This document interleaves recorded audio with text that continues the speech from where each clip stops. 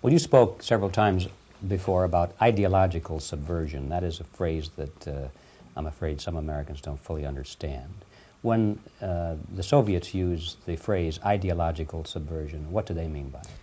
Ideological subversion is the process which is legitimate, overt, and open. You can see it with your own eyes. All you have to do, all American mass media has to do, is to unplug their bananas from their ears, open up their eyes, and they can see it.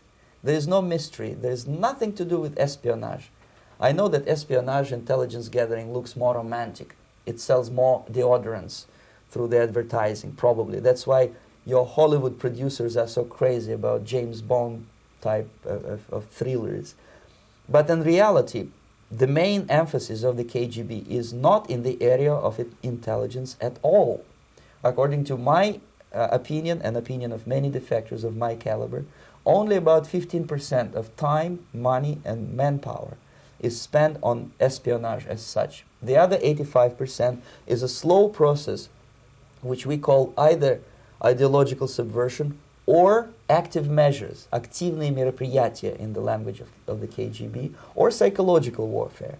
What it basically means is to change the perception of reality of every American to such an extent that despite of the abundance of information, no one is able to come to sensible conclusions in the interests of defending themselves, their families, their community, and their country.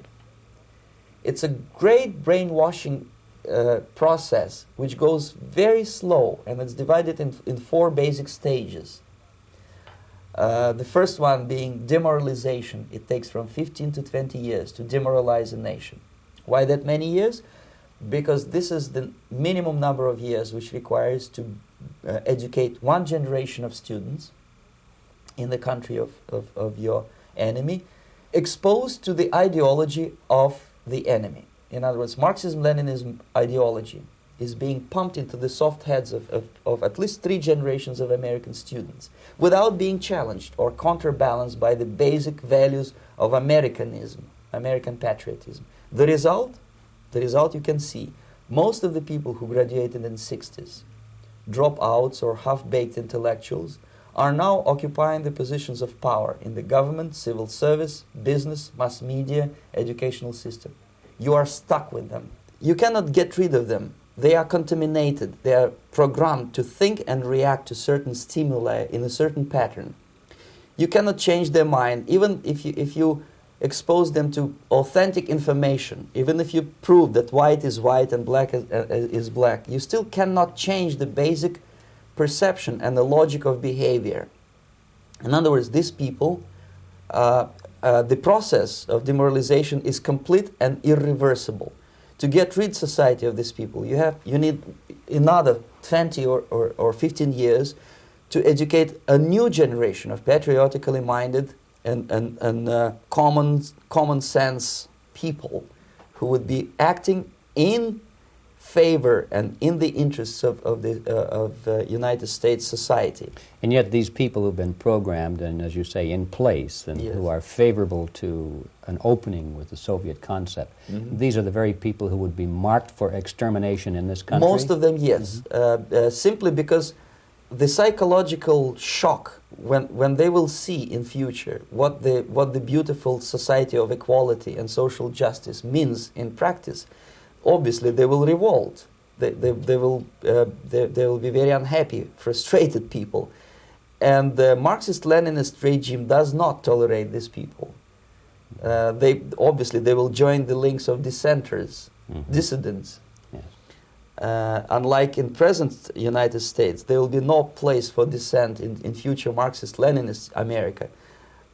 Here you can get popular like Daniel Ellsberg and filthy rich like Jane Fonda for being dissident, for criticizing your Pentagon. In future, these people will be simply squashed like cockroaches. Nobody is going to pay them nothing for their beautiful, noble ideas of equality. This they don't understand, and it will be a greatest shock for them, of course. The demoralization process in the United States is basically completed already. For the last 25 years, actually it's overfulfilled, because demoralization now reaches such areas where previously not even Comrade Andropov and all his experts would even dream of such a tremendous success. Most of it is done by Americans to Americans, thanks to lack of moral standards. As I mentioned before, exposure to true information does not matter anymore. A person who was demoralized is unable to assess true information. The facts tell nothing to him.